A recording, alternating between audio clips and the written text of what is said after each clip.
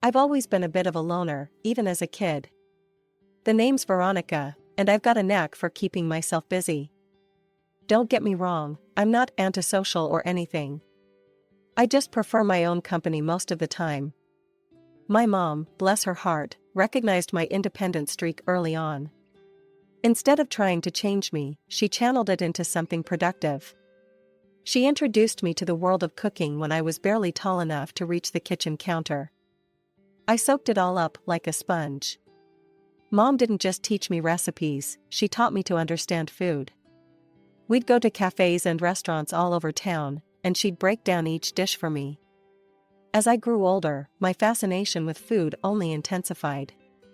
I started reading articles by famous restaurant critics, realizing that food was more than just taste and texture. It was about presentation, ambience, the whole package. One day, I turned to Mom and said, "I want to write about food." She looked at me, a hint of pride in her eyes. "Then you better learn everything there is to know about it, kiddo." And that's exactly what I did. I enrolled in a culinary institute, determined to become a master of the culinary arts. After graduating, I didn't stop there. I took journalism courses, honing my writing skills. I wanted to paint pictures with words, to make people taste the food through my descriptions. My first gig as a restaurant critic was for a small local paper. I wrote about a tiny Italian place, describing the way the homemade pasta melted in my mouth and how the rich aroma of garlic and basil transported me straight to a Tuscan kitchen. To my surprise, people loved it. My editor called me the next day. "Kid, you've got a gift," he said. "Keep this up, and you'll go far." And just like that, I found my calling. I bounced from newspaper to magazine, building a reputation for honest, witty reviews. But the real game changer came when I started my own social media pages. Suddenly, I wasn't just writing for publications. I was connecting directly with food lovers all over the world. My followers grew, hanging on my every word about the latest food trends and hidden gem restaurants. It was just another Tuesday evening. I'd settled into a cozy corner table at the Rustic Spoon, a new farm-to-table joint I was reviewing. As I jotted down notes about the ambience, an elderly couple at the next table caught my eye. The woman was peering at me intently, whispering to her husband. I offered a polite smile, used to being recognized, and turned back to my notepad. "Excuse me," the woman's voice was warm, tinged with excitement. "You're Veronica Miller, aren't you? The food critic?" I nodded. "That's me. Nice to meet you." "Oh, I'm such a fan," she gushed. "I follow all your posts. Would you like to join us for dinner?" I hesitated. Normally, I preferred to dine alone when working. But something about the couple's genuine enthusiasm made me reconsider. As I settled into their table, the woman introduced herself as Martha, her husband as George. "And this is our son, Jack," she added, gesturing to a young man I hadn't noticed before. Jack looked up from his phone, his eyes meeting mine. "Hey," he said, a lopsided grin spreading across his face. "Nice to meet you." We fell into easy conversation. Martha and George were eager to hear about my recent travels, while Jack chimed in with witty comments that had me laughing despite myself. As the evening wore on, I found myself enjoying their company more than I'd expected. Jack, in particular, was easy to talk to. We discovered a shared love for obscure indie films and terrible puns. When it was time to leave, Jack hesitated. "Hey, would it be okay if I got your number? You know, in case I need restaurant recommendations or something." I felt a flutter in my stomach that had nothing to do with the meal I'd just eaten. "Sure," I heard myself say. "For restaurant recommendations." We started texting that very night. At first, it was just about food and restaurants. But soon, we were talking about everything and anything. Our chats became the highlight of my day. A month later, Jack asked me out on a proper date. I said yes without hesitation. Our first date was at a quirky little bistro I'd been meaning to try. As we sat across from each other, I realized how comfortable I felt with him. There was none of the awkwardness I'd come to expect from first dates. A year after we met, Jack proposed. It wasn't a grand, flashy affair, he knew that wasn't my style. Instead, he cooked me dinner, a valiant effort that ended with slightly charred steak and lumpy mashed potatoes, and asked me to marry him over dessert. How could I say no to that? We moved into my apartment after the wedding. We decided to be practical about our finances, creating a joint account for shared expenses. I contributed more, given my higher income, but we both felt it was fair. Living together revealed new sides of Jack. He had a habit of leaving dishes in the sink and his clothes strewn about. His toothpaste tube was perpetually uncapped, and coffee mugs multiplied on every surface. I bit my tongue, reminding myself that I wasn't perfect either. It's just an adjustment period, I told myself. We'll find our rhythm. And slowly, we did. Jack made an effort to tidy up more, and I learned to relax my standards a bit. It wasn't perfect, but it was ours. 6 months later, it was time for our first vacation together. As we stood in the airport, luggage in tow, I felt a surge of excitement. I turned to Jack, ready to share my joy, when I noticed his gaze fixed on something behind me. I spun around to see Martha and George approaching us, beaming widely. They carried only small carry-on bags, looking as if they were embarking on a day trip rather than a week-long vacation. "Surprise!" Martha exclaimed, pulling Jack into a hug. "We couldn't let you two lovebirds have all the fun, could we?" I felt my stomach drop. This wasn't part of the plan. I looked at Jack, hoping for some explanation, but he avoided my gaze. "It's, kind of a family tradition," he mumbled. "We always vacation together." I forced a smile, trying to mask my disappointment and frustration. "How nice," I managed to say. "But don't you need more luggage for a week-long trip?" George waved his hand dismissively. "Oh, we'll just pick up what we need there. No point in lugging around heavy suitcases, right?" The first few days of our vacation were a whirlwind. I focused on the positives, the beautiful scenery, the interesting flavor combinations I discovered, the warm hospitality of the locals. But as the days wore on, I couldn't help but notice how freely Martha and George spent money. They shopped like there was no tomorrow, ate at the fanciest places, and never seemed to worry about the bill. One evening, as we sat in yet another overpriced restaurant, I couldn't contain my curiosity any longer. I leaned towards Jack and whispered, "How can your parents afford all this? They're retired, aren't they?" Jack shifted uncomfortably in his seat. They're good with money," he mumbled, suddenly very interested in the menu. I wanted to press further, but Martha chose that moment to launch into a story about her bridge club, effectively ending our private conversation. As our vacation drew to a close, I found myself looking forward to returning home. The day after we returned, I decided to check our joint account, curious to see how much we'd spent. As I logged in, my eyes widened in shock. The balance was much lower than I'd expected, alarmingly so. "Jack, can you come here for a minute?" I called out, my voice tight. I turned the screen towards him. "Care to explain this?" Jack's face paled as he looked at the numbers. "I might have used our account to cover some of Mom and Dad's expenses," he admitted quietly. I took a deep breath, trying to calm the anger bubbling up inside me. "Jack, that was our money. Money that I mostly contributed. You should have discussed this with me first." I know, he said, reaching for my hand. "I'm sorry, Ronnie. It won't happen again, I promise." A month passed, and life slowly returned to normal. Jack kept his word and didn't touch our joint account without discussing it with me first. I tried to put the vacation incident behind us, focusing instead on my work and our life together. One crisp autumn evening, Jack came home with a spark of excitement in his eyes. "Hey, Ronnie," he said, wrapping his arms around me from behind as I stood at the kitchen counter, prepping vegetables for dinner. "I've got an idea. How about we go on an overnight picnic this weekend? Just the two of us, a rented motorhome, and the great outdoors. What do you say?"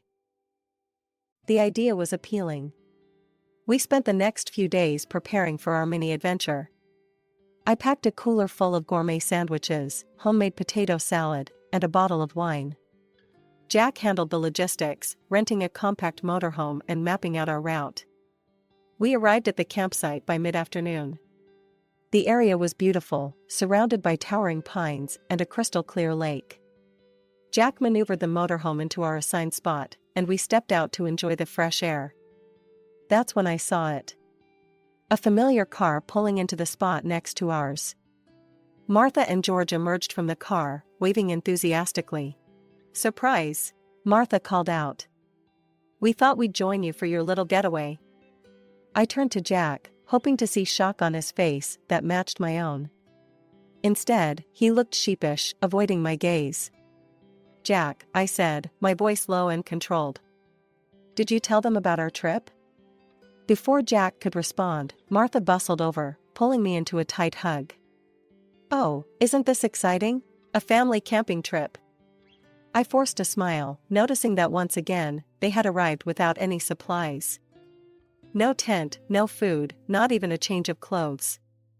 As the evening wore on, it became clear that our romantic getaway had turned into a family ordeal. Martha and George dominated the conversation, regaling us with stories of their past camping adventures. They helped themselves to our food and wine, leaving little for Jack and me. When it came time to sleep, another problem arose. Our compact motorhome wasn't designed for 4 adults. And Jack turned to his mother. "You and Dad take the bedroom. Ronnie and I will manage in the car." And so, instead of enjoying a cozy night in our rented motorhome, I found myself uncomfortably curled up in the backseat of our car, with Jack snoring softly in the front. The next morning, bleary-eyed and stiff from our awkward sleeping arrangements, I suggested to Jack that we cut our trip short. The drive home was tense, filled with awkward small talk and long stretches of silence. As soon as we arrived back at our apartment, Jack's parents bid us a cheerful goodbye, seemingly oblivious to the strain their presence had caused. Once they were gone, I turned to Jack. "We need to talk about this," I said firmly. He nodded, looking resigned. "I know. I'm sorry, Ronnie. I should have told you they were coming."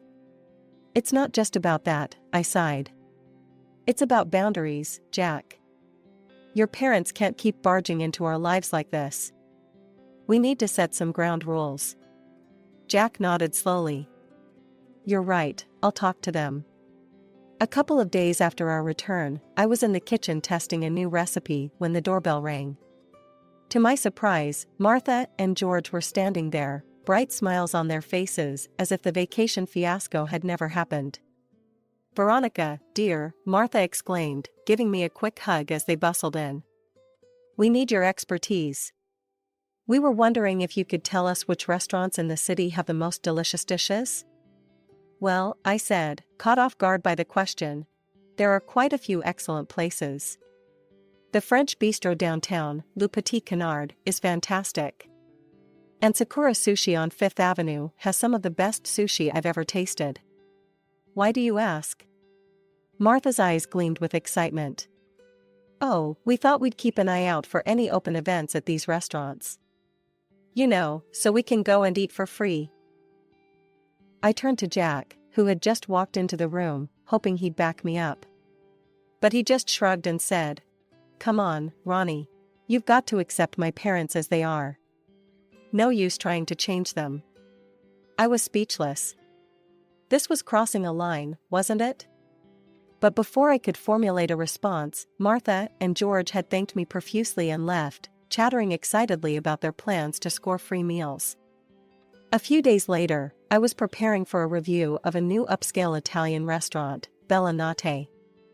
As usual, I posted the details of my visit on my social media page, letting my followers know when and where they could expect my next review. The evening of the review arrived, and I settled into my table at Bella Notte, notebook in hand, ready to experience and evaluate the menu. I had just opened the wine list when I heard a familiar voice. "Well, hello there." I looked up to see Martha and George, beaming at me as they sat down at my table without invitation. My heart sank. Martha picked up a menu and announced loudly, "I'm Veronica's mother-in-law, you know. We're here to enjoy the free meal with her."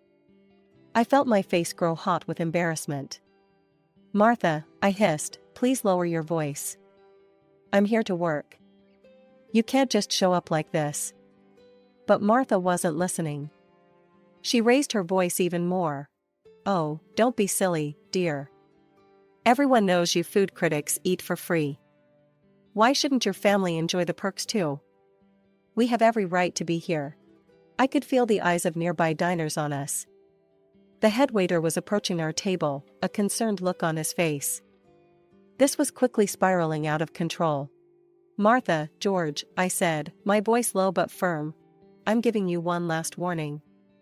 If you don't leave right now, I will have no choice but to call security. You are interfering with my work and causing a scene." Martha's face contorted with indignation. She stood up abruptly, her chair scraping loudly against the floor. "Well, I never," she exclaimed. "Is this how you treat family, Veronica?" As she gathered her purse, she turned to me one last time, her voice dripping with disappointment. "You know, I'm beginning to think I made a terrible mistake. I'm the one who told Jack to marry you. I followed your Facebook page, and I thought, now there's a girl who could help us enjoy the finer things in life. I thought you'd help us eat at fancy restaurants for free, maybe even support us a little. But clearly, I was wrong. If this is how you treat family, well, we're no longer interested in being part of yours." With that parting shot, Martha stormed out of the restaurant, George trailing behind her. The silence that followed was deafening. My hands shaking, I reached for my phone and dialed Jack's number. He picked up on the third ring. "Jack," I said, my voice barely above a whisper, "is it true? Did your mother really push you to marry me because she thought I'd provide for them?" There was a long pause on the other end of the line. Finally, Jack sighed. "Yes," he admitted. "Mom saw your success and thought, well, you know how she is. She insisted you'd be perfect for me, for us." I felt as if the floor had dropped out from under me. I hung up and turned to the head waiter, who had been hovering nearby. "I'm so sorry for the disturbance," I said. "I won't be able to complete my review tonight. Please extend my apologies to the chef." As I gathered my things, I pulled out my phone once more and quickly typed out an apology to my followers, explaining that due to unforeseen circumstances, my review of Bella Nate would be postponed. The drive home was a blur. My mind was reeling, trying to process everything that had happened. When I walked through our apartment door, Jack was waiting for me, his face etched with worry. "Ronnie," he started, but I held up a hand, silencing him. "Why didn't you tell me?" I asked, my voice barely above a whisper. "All this time, was I just a meal ticket to your family?" Jack's face crumpled. He reached for my hand, and this time I didn't pull away. "No, Ronnie, no. I mean, yes, that's how it started with my mom's idea, but I fell in love with you. The real you. Not your job or your connections, just you." I sank onto the couch, suddenly feeling exhausted. He sat next to me, his eyes pleading. "I know I've made mistakes. I should have set boundaries with my parents long ago. But Ronnie, I love you. I want to make this work. Can we try to fix this?" I looked at him, really looked at him. Despite everything, I knew I loved him too. As we sat there on the couch, hands intertwined, I felt a glimmer of hope. Maybe, just maybe, we could salvage this mess and come out stronger on the other side. The next couple of months passed in relative peace. Jack made efforts to set boundaries with his parents, and I threw myself into my work, trying to rebuild the trust in our relationship. Then came the moment I'd been working towards for years. My cookbook was published. It was more successful than I could have ever imagined. Major newspapers and magazines praised it, and it quickly became a bestseller on all the major online retail sites. One evening, as I was scrolling through yet another glowing review, Jack came home with a surprise. "Let's celebrate your success," he said, his eyes twinkling with excitement. I've planned a trip to that charming city you've always wanted to visit. It's got everything you love, amazing restaurants, historical sites, beautiful nature, and I've booked us into that boutique hotel you've been eyeing. I hesitated for a moment, then asked the question that had been nagging at me. It's just us, right? Your parents aren't coming? Jack looked me in the eye. I promise, Ronnie, it's just us. No parents, no surprises. The day of our trip arrived, and we made our way to the train station, luggage in tow. As we approached the platform, I felt my heart sink. There, waving enthusiastically, were Martha and George. I turned to Jack, hoping against hope that this was some cruel coincidence. But the guilty look on his face told me everything I needed to know. I'm sorry, he muttered, avoiding my gaze. I couldn't not invite them. Mom found out about the trip and... In that moment, something inside me broke. All the promises, all the efforts of the past months, they meant nothing. But I plastered on a smile as Martha and George approached. I noticed they only had a small purse between them. No luggage? I asked, already knowing the answer. Martha waved her hand dismissively. Oh, don't worry about that, dear. You'll take care of everything, won't you? After all, we're celebrating your success. As the announcement for boarding came over the loudspeaker, we made our way onto the train. As everyone settled into their seats, I stood up. I'm just going to use the restroom before we depart, I said, grabbing my purse that contained my phone and documents. I stepped off the train, the cool air of the platform hitting my face. I stood there, watching as the train's doors closed, as the whistle blew, as it slowly began to pull away from the station. My phone buzzed in my purse, startling me out of my reverie. Jack's name flashed on the screen. I took a deep breath and answered. Ronnie, where are you? Jack's panicked voice came through. We're no longer on the same path, Jack, I replied, my voice steadier than I felt. I'm divorcing you. I hung up, without waiting for his answer. My hand shook slightly as I opened my banking app and blocked Jack's access to our joint account. Barely a minute passed before my phone rang again. This time, it was Martha. I held the phone away from my ear as she hurled insults and threats, demanding I pay for their trip and compensate them for emotional distress. When she finally paused for breath, I spoke calmly. Martha, I'm not afraid of your threats or your comments. If you post any slanderous statements, I won't hesitate to take legal action. I blocked her number, then Jack's, and finally George's, for good measure. Taking a deep breath, I called a cab and headed home. The weekend passed in a blur of emotions and practicality. I packed Jack's belongings, contacted a lawyer, and drafted divorce papers. By Monday morning, I felt exhausted but resolute. The sound of a key in the lock made me tense. Jack walked in, looking disheveled and desperate. Ronnie, please, he began, moving towards me with open arms. I stepped back, gesturing to the suitcases by the door. Your things are packed. It's time for you to leave. His face crumpled. You can't mean that. Look, I've learned my lesson. I had a huge fight with my parents on the trip. I told them I wouldn't pay for them anymore. I'm not even speaking to them now. Please, give me another chance. I shook my head, handing him the divorce papers. It's too late, Jack. This isn't just about your parents. It's about trust, respect, and the life I want to live. We want different things, and that's okay, but I can't do this anymore. After a long moment, he nodded, shoulders slumping in defeat. He picked up his suitcases and walked out, closing the door behind him with a final click. The following weeks were challenging but liberating. The divorce proceedings went smoothly, thanks to my meticulous documentation and Jack's apparent resignation. I threw myself into my work, finding solace in the kitchen and my writing. As the dust settled, I found myself alone again, but it wasn't the loneliness I had feared. I rediscovered the joy in small pleasures, experimenting with new recipes, enjoying quiet evenings with a good book, and connecting with my followers without the shadow of familial expectations. One evening, as I sat on my balcony, sipping a glass of wine and looking out over the city, I couldn't help but smile. Life hadn't turned out as I'd planned, but perhaps it had turned out exactly as it should. I was Veronica again, food critic, author, and most importantly, mistress of my own destiny.